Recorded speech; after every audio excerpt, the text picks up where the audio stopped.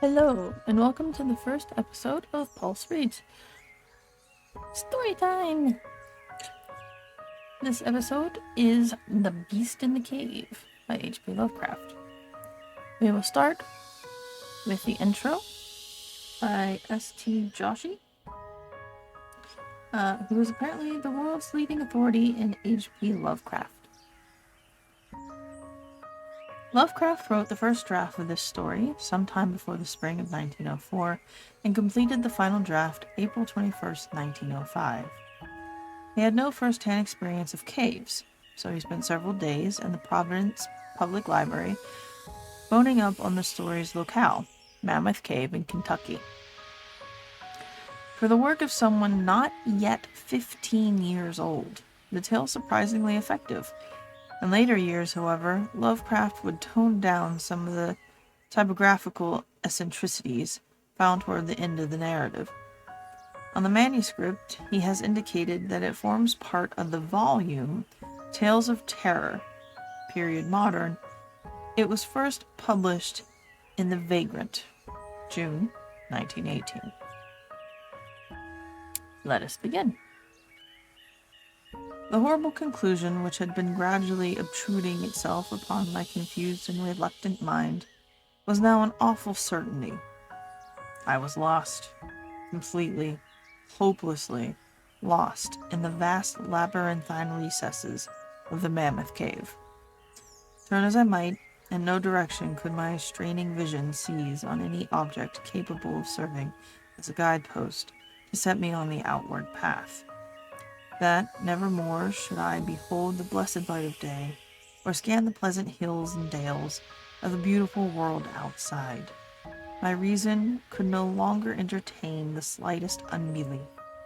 Hope had departed. Yet, indoctrinated as I was by a life of philosophical study, I derived no small measure of satisfaction from my unimpassioned demeanor. For although I had frequently read of the wild frenzies into which were thrown the victims of similar situations, I experienced none of these, but stood quiet as soon as I clearly realized the loss of my bearings. Nor did the thought that I had probably wandered beyond the utmost limits of the ordinary search cause me to abandon my composure even for a moment. If I must die, I reflected, then was this terrible yet majestic cavern as welcome a sepulture as that which any churchyard might afford? A conception which carried with it more of tranquility than of despair. Starving would prove my ultimate fate. Of this I was certain. Some, I knew, had gone mad under circumstances such as these, but I felt that this end would not be mine. My disaster was the result of no fault save my own, since unbeknown to the guide, I had separated myself from the regular party of sightseers, and, wandering for over an hour in forbidden avenues of the cave, had found myself unable to retrace the devious windings which I had pursued since forsaking my companions. Already my torch had begun to expire. Soon I would be enveloped by the total and almost palpable blackness of the bowels of the earth. As I stood in the waning, unsteady light, I idly wondered over the exact circumstances of my coming end. I remembered the accounts which I had heard of the colony of consumptives, who, taking their residence in this gigantic grotto to find health from the apparently sublurious air of the underground world, with its steady uniform temperature, pure air, and peaceful quiet, had found instead death in strange and ghastly form. I had seen the sad remains of their ill-made cottages as I passed by with the party, seen the sad remain as I passed by with the party, and had wondered with unnatural influence a long sojourn in this immense and silent cave would exert upon one as healthy and vigorous as I. Now, I grimly told myself my opportunity for settling this point had arrived, provided that want of food should not bring me too speedy a departure from this life. In the last fitful rays of my torch faded into obscurity, I resolved to leave no stone unturned, no possible means of escape neglected. So summoning all the powers possessed by my lungs, I set up a series of loud shoutings, in the vain hope of attracting the attention of the guide by my clamor. Yet, as I called, I believed in my heart that my cries were to no purpose, and that my voice magnified in my heart that my cries were and that my voice magnified and reflected by the numerous ramparts and the black maze about me fell upon no ears save my own. All at once, however, my attention was fixed with a start, as I fancied that I heard the sound of soft approaching steps on the rocky floor of the cavern. Was my deliverance about to be accomplished so soon? Had then all my horrible apprehensions been for naught, and was the guide, having marked my horrible unwarranted absence from the party, following my course and seeking me out in this limestone labyrinth? Whilst these joyful queries arose in my brain, I was on the point of renewing my cries in order that my discovery might come sooner, when in an instant my delight was turned to horror as I listened. For my ever acute ears, now sharpened in even greater degree by the complete silence of the cave, bore to my benumbed understanding an unexpected and dreadful knowledge that these footfalls were not like those of any mortal man. In the unearthly stillness of this subterranean region, the tread of the booted guide would have sounded like a series of sharp, incisive blows. These impacts were soft and stealthy, as of the padded paws of some feline. Besides, at times, when I listened carefully, I seemed to trace the falls of 4 instead of 2 feet. I was now convinced that I had, by my cries, aroused and attracted some wild beast, perhaps a mountain lion which had accidentally strayed within the cave. Perhaps, I considered, the Almighty had chosen for me a swifter and more merciful death than that of hunger. Yet the instinct of self-preservation, never wholly dormant, was stirred in my breast, and though escape from the oncoming peril might but spare me for a sterner and more lingering end, I determined nevertheless to part with my life at a high price, as I could command. Strange as it may seem, my mind conceived of no intent on the part of the visitor save that of hostility.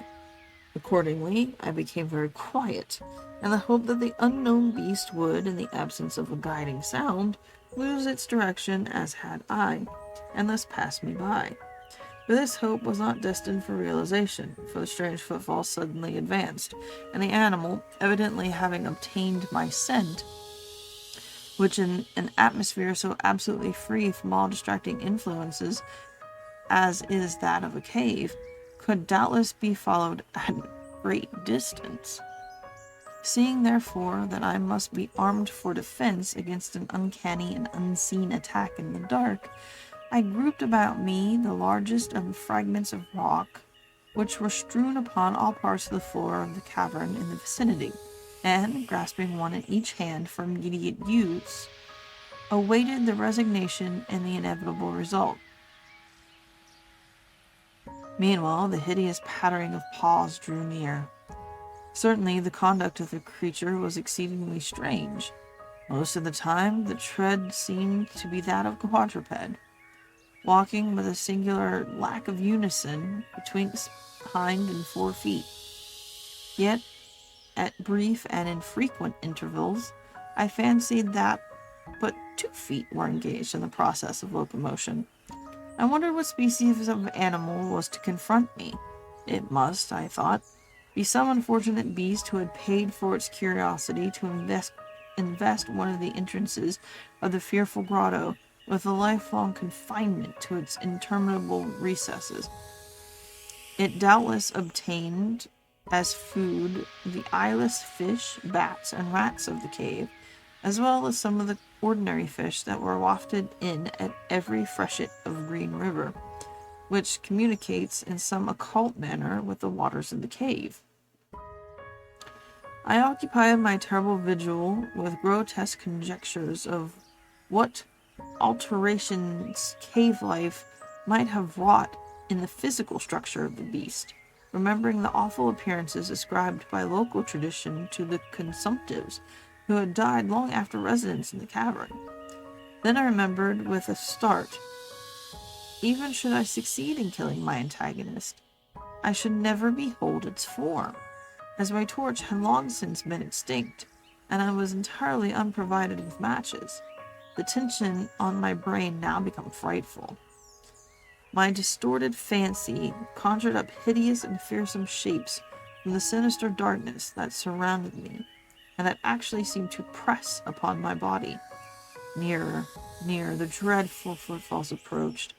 It seemed that I must give vent to a piercing scream, yet had I been sufficiently irresolute to attempt such a thing, my voice would scarce have responded.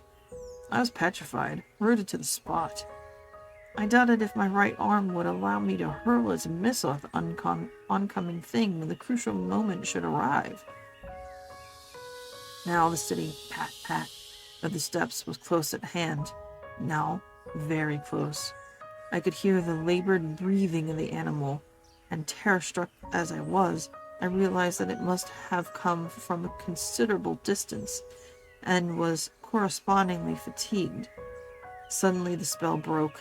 My right hand, guided by my ever-trustworthy sense of hearing, threw with full force the sharp-angled bit of limestone which it contained, toward that point in the darkness from which emanated the breathing and pattering, and, wonderful to relate, it nearly reached its goal, for I heard the thing jump, landing at a distance away, where it seemed to pause. Having readjusted my aim, I discharged my second missile, this time most effectively, for with a flood of joy I listened as the creature fell in what sounded like a complete collapse, and evidently remained prone and unmoving. Almost overpowered by the great relief which rushed over me, I reeled back against the wall. The breathing continued, and heavy, gasping inhalations and expirations, whence I realized that I had no more than wounded the creature. And now all desire to examine the thing ceased. At last, something allied to groundless, superstitious fear had entered my brain, and I did not approach the body, nor did I continue to cast stones at it in order to complete the extinction of its life. Instead, I ran full speed in what was, as nearly as I could examine, in my frenzied condition, the direction from which I had come. Suddenly I heard a sound, or rather a regular succession of sounds. In another instant they had resolved themselves into a series of sharp, metallic clicks. This time there was no doubt. It was the guide. And then I shouted, yelled, screamed, and even shrieked with joy as I beheld in the vaulted arches above the faint glimmering effulgence which I knew to be the reflected light of an approaching torch. I ran to meet the flare, and before I could completely understand what had occurred, was lying on the ground at the feet of the guide, and bracing his boots, and gibbering, despite my boasted reserve, in a most meaningless and idiotic manner, pouring out my terrible story, and at the same time overwhelming my auditor with protestations of gratitude. At length I awoke to something like my normal consciousness. The guide had noted my absence upon the arrival of the party at the entrance of the cave, and had, from his own intuitive sense of direction, proceeded to make a thorough canvass of the by-passages just ahead of where he had last spoken to me, locating my whereabouts after a quest of about 4 hours. By the time he had related this to me, I, emboldened by his torch and his company, began to reflect upon the strange beast which I had wounded but a short distance back in the darkness, and suggested that we ascertain, by the rushlight's aid, what manner of creature was my victim. Accordingly, I retraced my steps, this time with the courage born of companionship, to the scene of my terrible experience. Soon we descried a white object on the floor, an object whiter than the gleaming limestone itself. Cautiously advancing, we gave vent to a simultaneous ejaculation of wonderment. For of all the unnatural monsters either of us had in our lifetimes beheld, this was in surpassing degree the strangest. It appeared to be an arthropod ape of large proportions, escaped, perhaps, from some itinerant menagerie. Its hair was snow white, a thing due, no doubt, to the bleaching action of a long existence within the inky confines of the cave. But it was also surprisingly thin, being indeed largely absent save on the head, where it was of such length and abundance that it fell over the shoulders in considerable profusion. The face was turned away from us, as the creature lay almost directly upon it. The inclination of the limbs was very singular, explaining, however, the alteration in their use which I had before noted, whereby the beast used sometimes all four, and on the other occasions but two, for its progress. From the tips of the fingers or toes, long nail-like claws extended. The hands or feet were not prehensile, a fact that I ascribed to the all-pervading and almost unearthly whiteness so characteristic of the whole anatomy. No tail seemed to be present. The respiration had now grown very feeble, and the guide had drawn his pistol with the evident intent of dispatching the creature, when a sudden sound emitted by the latter caused the weapon to fall unused. The sound was of a nature difficult to describe. It was not like the normal note of any known species of simian, and I wondered if the unnatural quality were not the result of a long-continued and complete silence, broken by the sensations produced by the advent of the light, a thing which the beast could not have seen since its first entrance into the cave. The sound, which I might feebly attempt to classify as a kind of deep-toned chattering, was faintly continued. All at once a fleeting spasm of energy seemed to pass through the frame of the beast. The paws went through a convulsive motion, and the limbs contracted. With a jerk, the white body rolled over, so that its face was revealed, that I noted nothing else.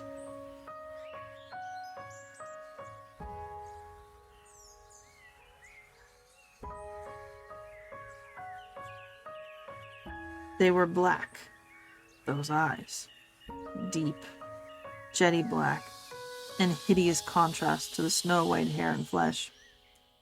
Like those of the other cave denizens, they were deeply sunken in their orbits, and were entirely destitute of an iris. As I looked more closely, I saw that they were set in a face less prognathous than that of the average ape, and infinitely more hairy. The nose was quite distinct. As we gazed upon the uncanny sight presented to our vision, the thick lips opened, and several sounds issued from them, after which the thing relaxed in death.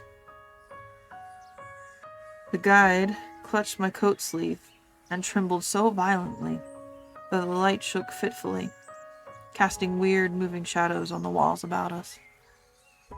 I made no motion, but stood rigidly still, my horrified eyes fixed upon the floor ahead. Then fear left, and wonder, awe, compassion, and reverence succeeded in its place. For the sounds uttered by the stricken figure that lay stretched out on the limestone had told us the awesome truth. The creature that I killed, the strange beast of the unfathomed cave, was, or at one time had been, a man.